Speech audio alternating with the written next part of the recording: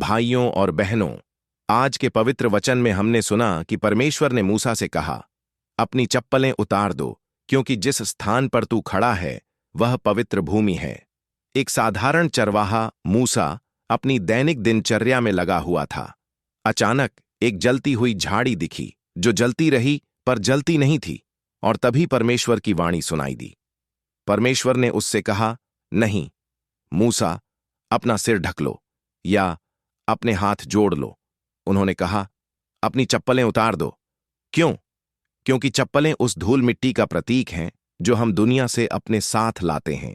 वे उन गंदगियों, अहंकार, झूठ, नकारात्मकता और पापों के प्रतीक हैं जो हमारे पैरों से चिपकी रहती हैं। और जब हम पवित्रता के सामने खड़े होते हैं तो हमें अपनी सारी मैल, अपना सारा अहंकार, अपनी सारी दुनियादारी बाहर छोड़नी होगी।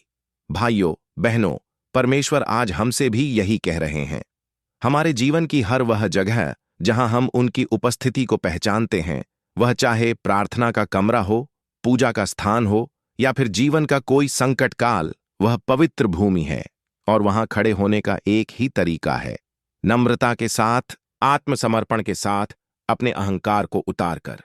आज परमेश्वर हमें याद दिला रहे हैं कि उनके सामने आने के लिए हमें किसी बाहरी आडंबर की जरूरत नहीं, बस एक नम्र हृदय चाहिए।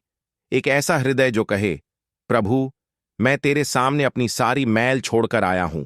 मैं खाली हाथ लेकिन भरा हुआ हृदय लेकर आया हूं। तो आइए आज इस पवित्र क्षण में हम भी अपने मन की चप्पलें उतार दें, अपने दंभ को, अपने पापों को, अपनी शिकायतों को दरवाजे पर छोड़ दें और एक पवित्र हृदय के साथ परमेश्वर के सामने नंगे पांव खड़े हो जाएं। क्योंकि जहां परमेश्वर की उपस्थिति है वह भूमि पवित्र है, और पवित्रता के सामने सिर्फ नम्रता ही उचित उत्तर है। आमीन।